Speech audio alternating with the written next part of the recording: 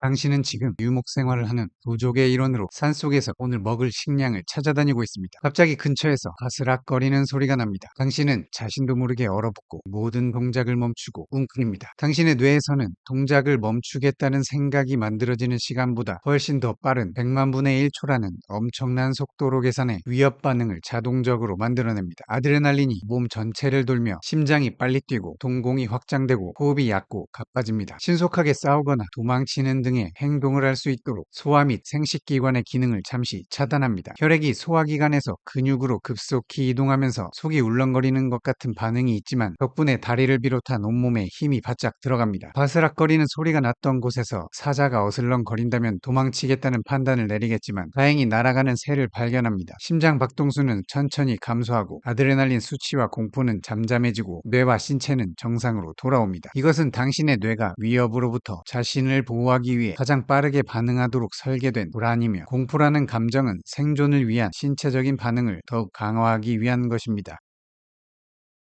당신은 도시의 골목 작은 집에서 살고 있습니다. 어두운 저녁 시간, 혼자 조용히 식사를 하고 있는데 갑자기 거실 창밖에서 빵하고 부딪히는 소리가 납니다. 그 순간 심장이 빨리 뛰고 겁에 질려 꼼짝도 못한 채 소리가 난 창 쪽을 바라봅니다. 처음에는 미동도 할 수 없었지만 시간이 지나자 조심히 확인해보니 창밖에 무언가 쓰러져 있고 도망가는 고양이가 보입니다. 이후 다시 식사를 하려고 하는데 입맛이 없고 소화가 잘 안 됩니다. TV 뉴스에서는 최근 주거 침입이 증가했다고 알려줍니다. 이사를 가야 하나, CCTV를 달아야 하나 고민하다가 머리가 복잡해집니다. 뇌과학자이자 영장류 학자인 로버트 세폴스키 박사와 과학자들은 우리의 뇌가 복잡한 형태로 변화한 현대사회에 충분히 적응하지 못했다는 것을 발견했습니다. 몇백만 년 전의 인간의 뇌와 현대의 인간의 뇌는 특히 위협에 대한 자동적 반응에 있어 크게 다르지 않은 방식으로 작동합니다. 그런데 첫 번째 시나리오의 구석기 시대에서는 불안 반응이 금세 사라져 뇌와 신체는 초기화되어 평온함을 찾았지만, 두 번째 시나리오의 현대인은 불안을 야기했던 원인, 고양이를 확인하고도 계속 불안 반응을 보입니다. 현대사회에서 받는 스트레스는 사자 대신 도시의 소음, 질병이나 가난, 그리고 정서적 학대나 심리적 외상에 의해 악화됩니다. 그래서 우리는 단순히 들리는 벨소리에 의해 불안이 촉발되었다는 걸 머리로는 알지만 우리의 신체는 위험성을 판단하는 일련의 과정을 이미 발동시킵니다. 위협이라고 생각했을 때 일어나는 첫 번째 단계인 자동적인 감정 반응은 주로 편도체, 뇌섬, 북측 선조체의 복합적인 기능으로 작동하는데, 현대인의 뇌는 그 위협이 실제인지 상상인지 자동으로 구별하지 못합니다. 그 결과 우리는 자주 불안 상태에 빠지게 됩니다. 뇌과학자 웬디 스즈키는 책 당신의 불안은 죄가 없다에서 이러한 상상의 위협에 반응하는 것은 만성적인 걱정, 산만함, 신체적 및 정서적 불편함, 절망감과 우울감 등의 나쁜 불안의 원인이라고 말합니다. 그녀가 나쁜 불안이라고 표현한 이유는 불안으로 인한 감정들이 전부 나쁘기만 한 것도 아니기 때문입니다. 사실 부정적인 감정은 우리 몸과 마음의 상태에 대한 중요한 정보를 알려줍니다. 따라서 불안을 비롯한 부정적인 감정은 건강한 스트레스 반응을 방해하는 생각, 감정, 그리고 행동 패턴의 악순환을 멈출 좋은 기회가 된다고 설명합니다. 그럼에도 불구하고 우리는 부정적인 감정에 더 큰 의미를 부여하고 더 생생하고 강렬하게 기억합니다. 그 결과 이러한 기억들은 우리의 뇌에 더 강력하게 새겨집니다. 왜 우리는 긍정적인 감정보다 부정적인 감정을 더 많이 기억하려고 할까요? 기본적으로 우리의 뇌는 생존을 위한 방어를 중심으로 설계되어 있기 때문입니다. 문제를 찾고 위험을 감지하며 고통을 회피하는 것이 우선돼야 생존에 유리한 것이죠. 그렇기 때문에 안타깝게도 불안을 유발하는 스트레스 자체는 사라지지 않습니다. 하지만 좋은 소식은 이에 대한 우리의 반응을 최적화할 수 있다는 것입니다. 즉, 감정 조절을 할 수 있습니다. 감정 조절은 본질적으로 적응적이거나 기능적일 수도 있고, 따라서 우리에게 이로울 수도 있고, 부적응적인 기능 장애를 보이며 해로울 수도 있습니다. 여기서 중요한 포인트는 감정 조절이 무의식적이기도 하지만 의식적일 수도 있다는 점입니다. 예전에는 과학자들이 감정 조절을 단지 상향식 처리 방식의 감정을 통제하기 위한 하향식 처리 과정일 뿐이라고 생각했었습니다. 쉽게 말해 이성을 주관하는 전두엽의 기능을 활성화시켜 감정을 주관하는 편도체를 비롯한 영역들을 조절하여 이성으로 감정을 조절한다고 설명했습니다. 그러나 최근에는 상향식 뇌 영역들과 하향식 뇌 영역들 간의 쌍방향 상호작용이 훨씬 많이 일어난다고 봅니다. 왜냐하면 감정 조절은 서로 연결된 신경 하위 시스템으로 다양한 방식으로 서로 모니터링하며 끊임없이 상호자극이 반응이나 상호 억제작용을 하는 복잡한 체계이기 때문입니다. 따라서 감정 조절이란 의식적인 노력이 필요한 통제된 조절에서부터 무의식적이고 자동으로 일어나는 조절에 이르기까지 연속선상에 존재하는 일련의 과정이라고 보는 것입니다. 그래서 최근 뇌과학자들은 무의식적이고 자동적인 뇌와 의식적이고 통제 가능한 뇌를 고려해서 불안을 비롯한 감정을 조절하는 방법으로 네 가지를 제시합니다. 첫 번째는 상황 선택입니다. 뇌는 뇌가 속한 상황에서 지속적으로 자극을 받습니다. 그렇기 때문에 불편함을 초래하거나 불안을 악화시키는 상황 자체를 피하는 것입니다. 그런 상황에서는 무의식적인 자극들에 의해 계속해서 불안할 수 있기 때문에 다른 상황을 선택해야 하는 것입니다. 예를 들어 당신이 윗집에서 내는 층간소음으로 인해 그 압박감 때문에 견딜 수 없는 스트레스와 불안을 느낀다면 그 순간 외출을 하거나 해서 상황을 피하는 것입니다. 두 번째는 상황 수정입니다. 상황을 벗어날 수 없다면 걱정과 불안을 더 잘 견딜 수 있는 방식으로 상황을 바꾸는 것입니다. 가령 윗집의 층간소음이 계속된다면 층간소음으로 인한 당신의 고통을 윗집에 알려 소음이 다시 일어나지 않도록 상황을 변화시키는 것입니다. 이러한 변화를 통해 불안을 일부 통제하여 압박감을 스스로 조절합니다. 세 번째는 주의 전환입니다. 불안을 유발하는 상황에서 주의를 돌려 다른 곳으로 향하게 하는 방법을 말합니다. 가령 어린아이가 개를 보고 무서워하면 부모는 개가 멀어질 때까지 우스꽝스러운 표정으로 아이의 주의를 돌릴 수 있는데 이것은 일종의 의도적인 주의 분산입니다. 네 번째는 인지 변화입니다. 가장 정교한 유형의 감정 조절 전략이라고 할 수 있는데 이 경우 우리는 가장 적극적이고 의식적으로 자신의 사고방식이나 태도를 재평가하고 재구성합니다. 예를 들어 면접이 주는 스트레스를 끔찍하다고 생각하는 대신 자기 자신과 잠재적 회사에 대해 나를 잘 보여줄 수 있는 절호의 기회라고 생각하는 것입니다. 사고의 전환과 재구성하는 전략은 두려움과 압박감이라는 감정에서 도전을 위한 흥분의 감정으로 불안을 변형시키는 사고방식으로 작용합니다. 뇌과학자 웬디 스즈키는 책 당신의 불안은 죄가 없다에서 불안을 재발견하고 삶에 유용하고 이로운 것으로 전환할 수 있다고 말합니다. 그녀는 불안이 주는 6가지 선물이라고 표현하는데 불안을 이용해 회복 탄력성을 갖고 마인드셋을 바꾸는 방법, 집중력을 높이고 더 몰입하는 방법과 창의성과 사회성을 키우는 방법을 통해 현대인들이 나쁜 불안을 좋은 불안으로 전환시키는 일상생활 속 뇌과학적 방법들을 설명합니다. 걱정과 불안이 많은 분들께 도움이 되길 바랍니다. 구독과 좋아요, 댓글은 더 좋은 콘텐츠를 만드는 힘이 됩니다. 감사합니다.